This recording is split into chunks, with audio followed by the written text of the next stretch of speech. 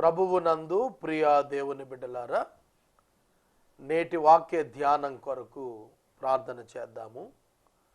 తలలు వంచండి, ప్రార్థనలో ఏకీభవించండి. మమ్మలను మిక్కిలిగా ప్రేమిస్తోన్న మా ప్రియ ప్రభువా, మీకు వందనాలు, స్తోత్రాలు. నేటి వాక్య ధ్యానము ద్వారా మాతో మాట్లాడండి. వాక్యము మీది, లోతట్టు వివరము మీరెరుగుదురు. అట్టి ఉద్దేశము చేత మా ప్రేక్షకులను విద్యావంతులను చేయండి. మమ్ములను ఆశీర్వదించండి. యేసు నామమున ప్రార్థిస్తున్నాము తండ్రి, ఆమెన్. ప్రభువునందు ప్రియా దేవుని బిడ్డలారా, దయచేసి మీ పరిశుద్ధ బైబిల్ గ్రంథాన్ని తెరవండి. మార్కు సువార్త 5వ అధ్యాయము. యాయీరు కుమార్తె స్వస్థపరచబడిన విధానము మీ ఎదుట ఉంచుకొనండి. నిన్నటి దినం కూడా ఇదే వర్తమానము నుండి కొన్ని పాఠాలు నేను చెప్పాను. మరికొన్ని మాటలు ఇవాళ చెప్పాలని పరిశుద్ధాత్ముడిని నేను కోరుతున్నాను. ప్రభు ఇస్తారని ఆశిస్తున్నాను. యాయీరు సమాజపు అధికారిగా పేరు ప్రతిష్టలు కలిగినవాడు. 12 సంవత్సరాల కుమార్తె అంటే యవనస్తుడే. 12 సంవత్సరాల కుమార్తె అంటే middle aged or at the beginning of the middle ఏజ్లో ఉన్నవాడు. అతనికి వేరొక సంతతి లేదు, ఒకే కుమార్తె. చూడండి, నేను చాలా దినాలుగా సైంటిఫిక్ పొలిటికల్ రీసెర్చ్ చేస్తున్నాను. ఆడపిల్లలను చదివించటం గురించి, ఆడపిల్లలను ఒక స్థాయిలో స్థిరపరచటం గురించి, ఆడపిల్లల యొక్క ఆస్తి హక్కును గురించి, ఆడపిల్లలకు ఇవ్వబడిన రాజ్యాంగపు హక్కులను గూర్చి విస్తృతంగా అధ్యయనం చేస్తున్నాను. చూడండి, సాధారణంగా ఆడపిల్ల అనగానే ఇవాళ సొసైటీలో చిన్న చూపు చూస్తున్నారు. కానీ ఒక తండ్రిగా కుమార్తె పట్ల యాయీరు కనపరిచినటువంటి శ్రద్ధ, ప్రేమ, దీనత్వం ఆశ్చర్యాన్ని కలిగిస్తుంది. యాయీరు యేసుక్రీస్తు ప్రభువు పాదాల మీద పడ్డాడు తన కుమార్తె ప్రాణాల కోసం, తన కుమార్తె స్వస్థత కోసం. బైబిల్ గ్రంథంలో స్త్రీకి ఇచ్చినటువంటి ప్రాధాన్యత, స్త్రీకి ఉన్నటువంటి వాల్యూ, విలువ చాలా ఔన్నత్యంగా ప్రదర్శించబడింది. యాయీరు తన కుమార్తె భవిష్యత్తు ఎంతగానో అతడు ఆకాంక్షించిన వాడుగా కనిపిస్తున్నాడు. ఆ కుమార్తె అనారోగ్యము ఆ కుటుంబాన్ని దిగజార్చింది. కనుక కుమార్తెను ప్రేమించిన ఒక తండ్రిగా తను ఎన్నో మెట్లు దిగాడు. ఇవాళ ఆడపిల్లలను ప్రేమించటం, కుమార్తెలుగా ప్రేమించటం ఒక నైతిక బాధ్యతగా ఎంచాలి. నేను ఈ మధ్యన విన్నాను, ఆడపిల్ల పుడితే మరలా నా ఇంటికి రావద్దు అన్న పురుష పుంగవులను గురించి విన్నప్పుడు మనసు చాలా నొచ్చుకుంది. ఆడపిల్ల పుడితేనట, కంటేనట ఆ భార్య ఇక ఇంటికి రాక్కర్లేదట. ఎటువంటి దౌర్భాగ్యం, కుసంస్కారం. ఇట్లాంటి దానిలో క్రైస్తవుడు ఉన్నాడు అంటే నేను చాలా విచారిస్తాను. ఆ సోదరుని గద్దిస్తాను కూడా. తదుపరి ఈ యొక్క యాయీరు కుమార్తె యొక్క స్వస్థత నేపథ్యంలో యేసుక్రీస్తు ప్రభువు తాను ఆ యొక్క చిన్నదాని మరణ వార్త విని తండ్రిగా కొలాప్స్ అవుతున్నప్పుడు యేసు చెప్పిన మాట, భయపడద్దు, నమ్మిక ఉంచు, భయపడకు, నమ్మిక మాత్రం ఉంచు. మనం చాలా సందర్భాల్లో నమ్మకం ఉంచలేకపోతున్నాము. మార్కు సువార్త 4వ అధ్యాయం చివరి భాగంలో యేసు ప్రభు శిష్యులను అడిగారు, మీరింకనూ నమ్మిక లేకుండానే ఉన్నారా? ఈ ప్రశ్న పలుమార్లు శిష్యులకు తగులుతూనే ఉంది. వేల మందికి ఆహారం పెట్టమని ప్రభువు చెప్పినప్పుడు, ప్రభువా ఈ ఆహారం ఎక్కడి నుంచి తెమ్మంటావు? మళ్ళీ అడిగాడు ప్రభు, ఇంకా మీకు నమ్మకం లేదా? 5,000 మందికి ఆహారం పెట్టినప్పుడు ఉన్నారు కదా మీరు, మళ్ళీ ఇప్పుడు అడుగుతారు ఏమిటి?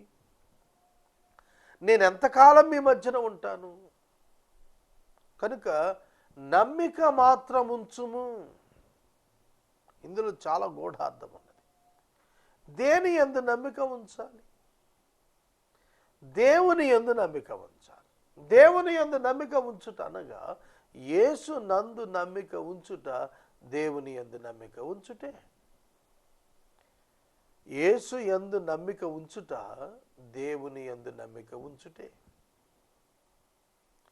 కనుక నా యందు విశ్వాసం ఉంచుచున్నారు, తండ్రి యందు విశ్వాసం ఉంచుతున్నారు, నా యందు కూడా విశ్వాసం ఉంచండి అని ప్రభు పిలుపునిచ్చాడు. యాయీరు నమ్మక మాత్రం ఉంచాలి, నమ్మిక మాత్రము ఉంచాలి. It is the basic needed thing for Jesus to perform a miracle. యేసుక్రీస్తు ఒక అద్భుతం చేయాలి అంటే అది బేసిక్ నీడ్, ఫెయిత్. కనుక భయపడకుండా నమ్మిక ఉంచడం మనం నేర్చుకోవలసిన ప్రధానమైన బాధ్యత. నమ్మని వారందరినీ వెలుపట ఉంచాడు, నమ్మిన వారిని లోపలికి తీసుకెళ్ళి ఆ చిన్నదానిని లేవనెత్తి ప్రభువు తల్లిదండ్రులకు అప్పగించాడు. ఇక్కడ యేసుక్రీస్తు ప్రభువు మనకు ఎలా కనిపిస్తున్నాడు? కొందరు ఆయనను చూచి అపహాసించారు. ఈ చిన్నది నిద్రిస్తోంది కానీ చనిపోలేదు అనగానే అందరూ అపహాస్యం చేశారు. చాలా ప్రముఖమైన పాఠం ఉన్నది ఇక్కడ. When you declare a spiritual truth of God, people will laugh at you. ప్రజలు నీ వైపు చూసి నవ్వుతారు. ప్రజలు నీ వైపు చూసి నవ్వుతారు. నీవెప్పుడైతే దేవుని పేరిట ఒక పనిని వివరిస్తావో దాని అసాధ్యతపై మనుషులు దృష్టి పెడతారు, దాని సాధ్యంపై దృష్టి ఉంచరు. కనుక మనుషుల యొక్క యాటిట్యూడ్ ఎట్లుంటుందంటే ప్రభువు యొక్క శక్తిని కించపరిచే మనస్సు కలిగి ఉంటాడు మానవుడు. అందుకే అవిశ్వాసం ప్రభువుపై. యాయీరుకు ప్రమాదం ఏమిటంటే అవిశ్వాసం, అపనమ్మిక. అది రానియద్దన్నాడు ప్రభు. ఎన్నడూ నీ మస్తిష్కంలో, నీ మెదడులో, నీ మనసులో ఒక్క క్షణం కూడా యేసుకు అసాధ్యం అనే భావన ఏ విషయంలో నీవు రానియవద్దు. ఇది మనం నేర్చుకోవలసినటువంటి ప్రధానమైన పాఠం. జనులందరూ కూడా బహుగా విస్మయముందిరి.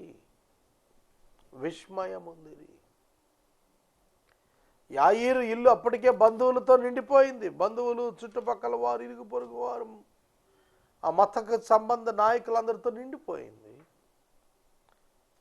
They declared the death also. వాళ్ళు ఆ చిన్న కుమార్తె యొక్క మరణమును కూడా వారు అనౌన్స్ చేశారు. They are waiting for the child's father యాయీరు కోసం వాళ్ళు ఎదురు చూస్తున్నారు.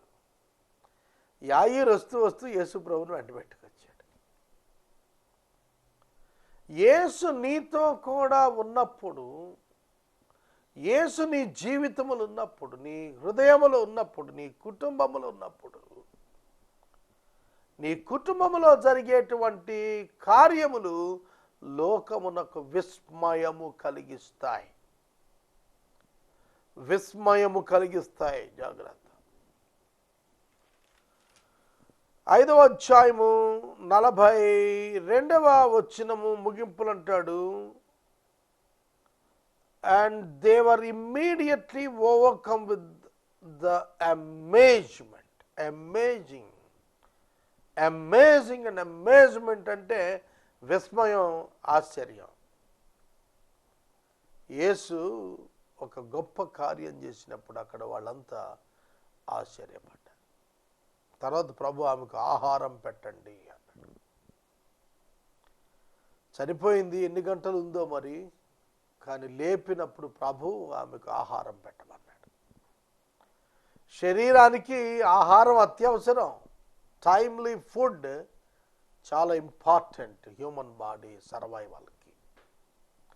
మానవ శరీరం నెరవేరాలంటే చాలా బలమైన ఆహారం అవసరం. ఈ చిన్నది మృతి నుండి లేచినప్పుడు ప్రభువు చెబుతున్నారు, ఆమెకు ఆహారాన్ని ఇవ్వండి. Give her the feed. ఆమెకు ఆహారం ఇవ్వండి, ఆమె ఆహారం తీసుకోవాలి. మానవుని శరీరానికి ఆహారం అవసరం, మానవుని ఆత్మకు వాక్యము అవసరం. కనుక యాయీరు కుమార్తె ప్రభువు చేత లేపబడినప్పుడు ఆ చిన్నది లేచి నడవసాగెను. నడవసాగెను అనే పదం ఆశ్చర్యానికి కారణమైంది. మరణం నుండి లెగటం ఆశ్చర్యానికి కారణమైంది. మన జీవితాల్లో ఎన్నో ఆశ్చర్య కార్యాలు చేస్తాడు ఆయన.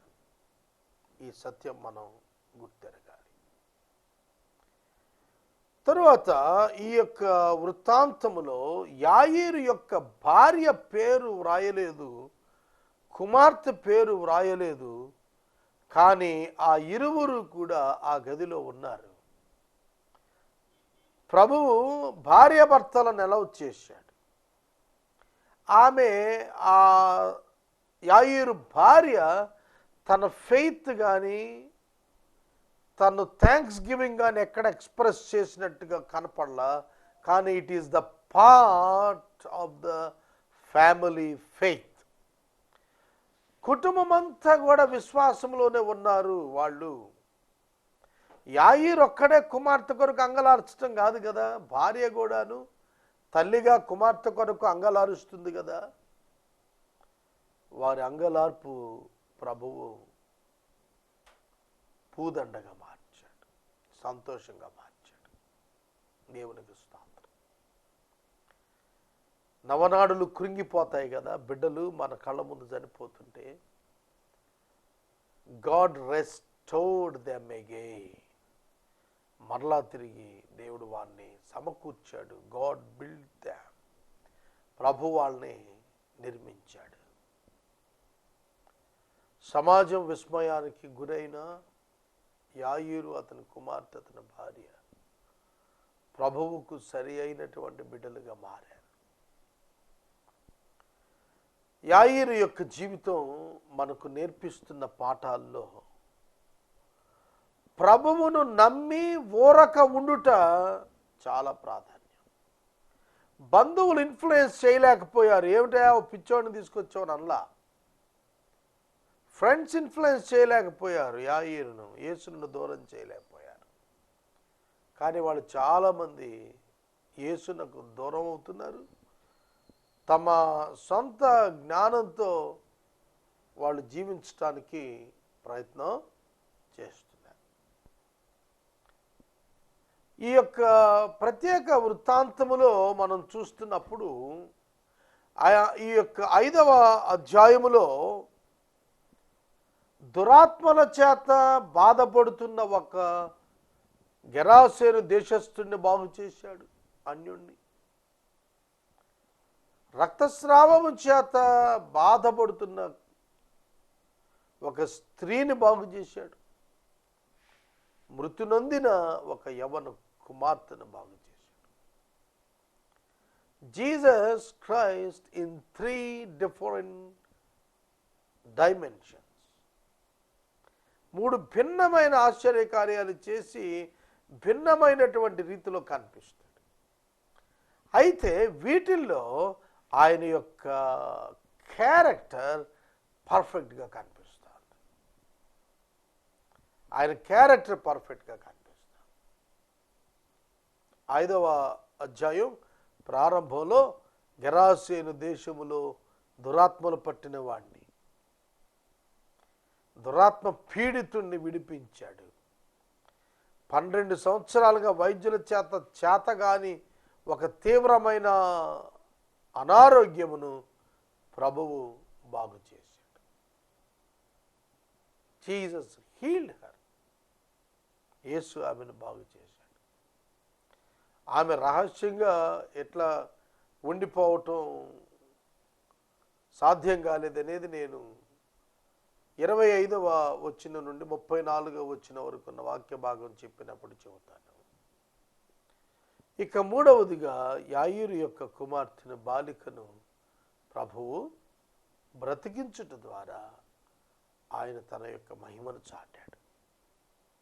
ఆయన దేవుని నుండి వచ్చినవాడని ప్రజలందరూ గ్రహించేటట్లుగా ఆయన చేశాడు.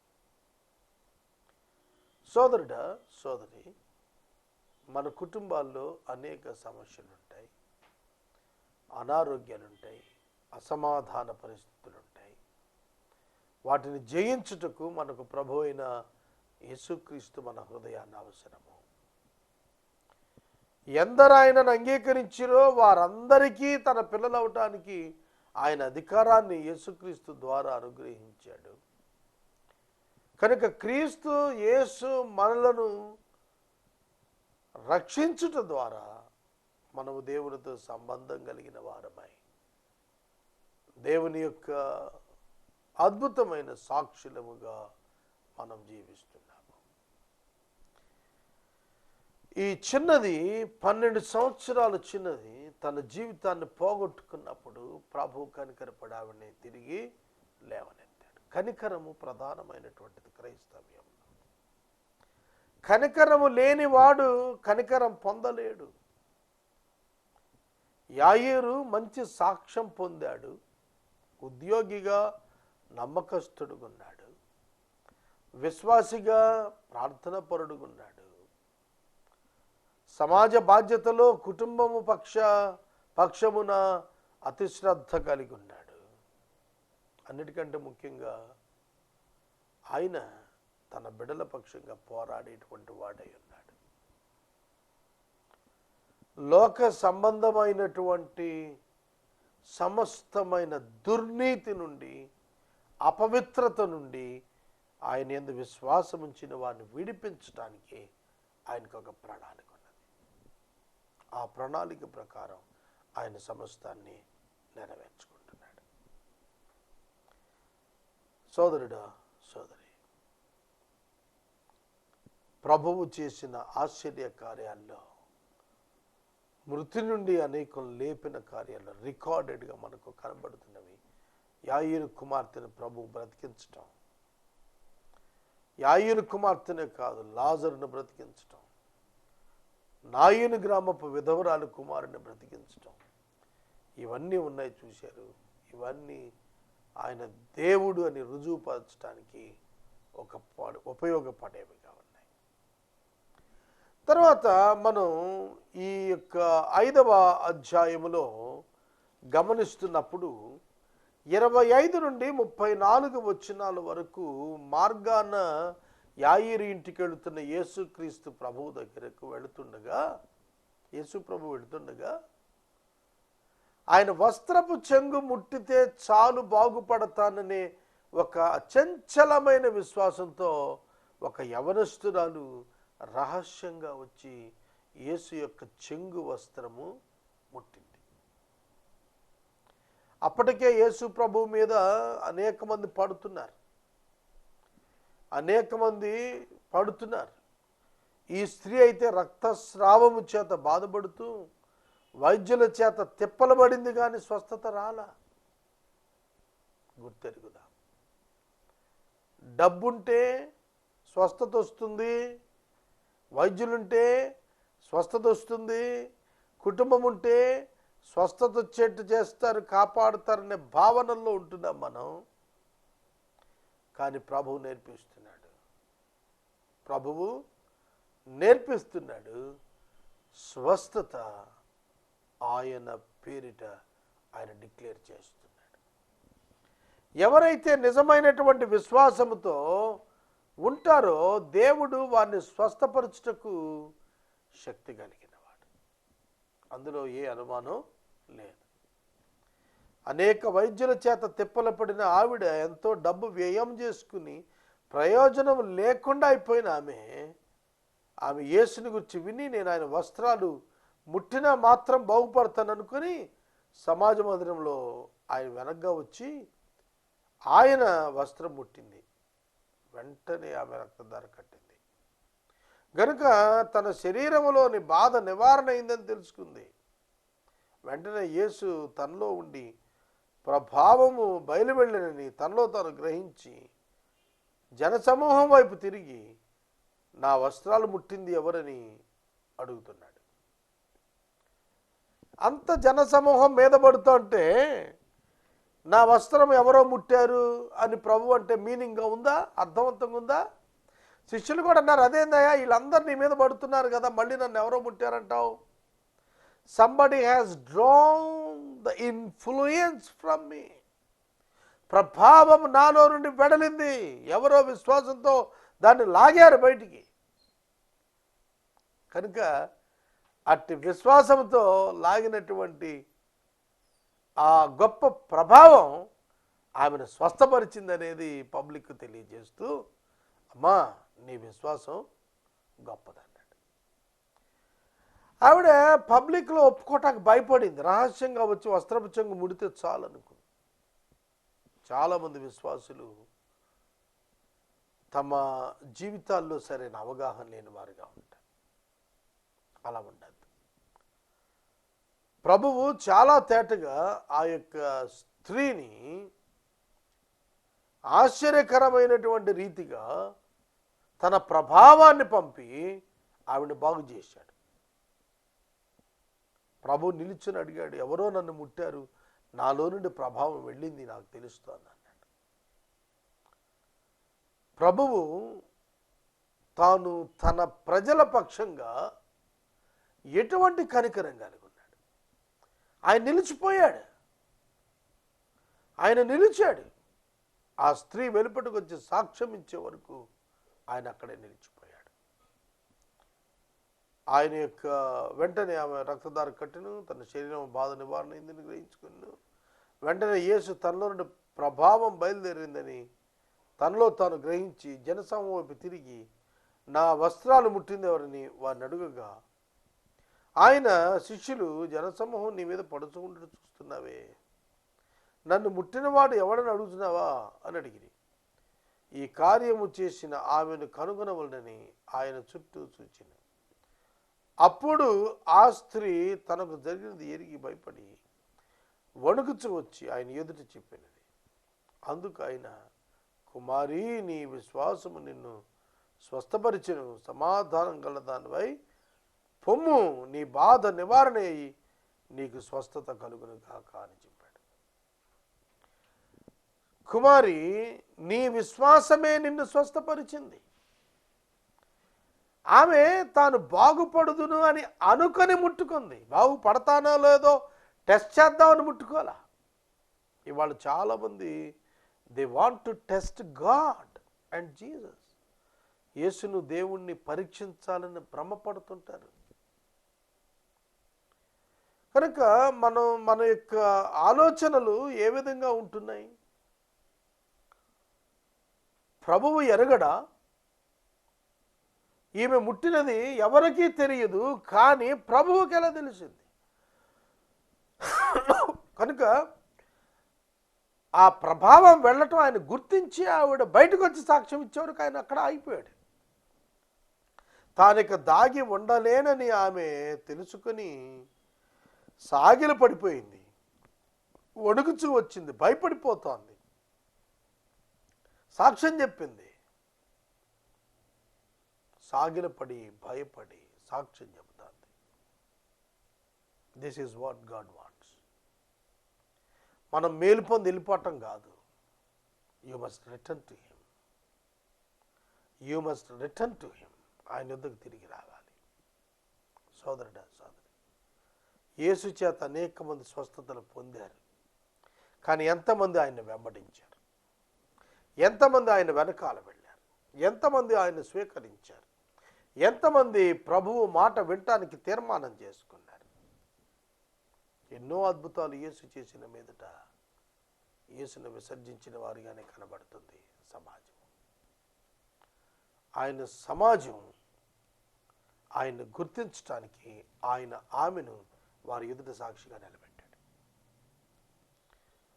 యాయీరు కుమార్తెను బ్రతికించి ప్రజల మధ్యన సాక్ష్యం చెప్పాడు. ఏమిటంటే, I am the son of God, నేను దేవుని కుమారుడని. ఈ రాత్రి వాక్యాన్ని నేను ముగిస్తున్నాను. ప్రభు కృప మనకు తోడైనను కాక. మనము ఇంతవరకు దైవజనులు కారుపాటి శ్యాంసాగర్ గారి ద్వారా బైబిల్ స్టడీలోని వాక్య ధ్యానమును మార్కు సువార్త నుండి ధ్యానం చేసుకున్నాము. ఈ కార్యక్రమం ద్వారా మీరు పొందుకొనుచున్న ఆత్మీయ మేలులు ఒక ఉత్తరం ద్వారా మాకు తెలియజేయండి. మీ ప్రార్థనా మనవులు మాకు తెలియజేస్తే ఏసే పరిష్కారం కార్యాలయంలో ఏర్పాటు చేసిన ప్రత్యేక ప్రార్థనా శిబిరములో మీ కొరకు ప్రార్థిస్తాం. మీ కుటుంబ పక్షముగా ఒక ఎపిసోడ్ ప్రసారం చేయాలనుకునేవారు మాకు తెలియజేస్తే మా సిబ్బంది మీ గృహాలను దర్శిస్తారు. ముగింపు ప్రార్థన ఆశీర్వాదాలతో ఈ కార్యక్రమాన్ని ముగించుకుందాం. ప్రార్థన. మమ్మల్ని మిక్కిలిగా ప్రేమిస్తున్న తండ్రి, వందనాలు. వాక్యము విన్న బిడ్డలను దీవించుము. మీ కృప సహాయం మాకివ్వండి ప్రభు. అనారోగ్యంతో ఉన్న వారికి ఆరోగ్యం దయచేయండి. విశ్వాసముతో నీ యొద్దకు వచ్చిన వారికి స్వస్థతనిచ్చి వెనకకు పంపండి. సాక్షార్థులై జీవించడానికి సహాయం ఇవ్వండి. యేసు దివ్య నామమున అడుగుచున్నాం తండ్రి, ఆమేన్. తండ్రి అయిన దేవుని ప్రేమ, కుమారుడైన యేసయ్య కృప, పరిశుద్ధాత్మని యొక్క అన్యోన్య సహవాసం సదాకాలం మనందరికీ తోడైండును.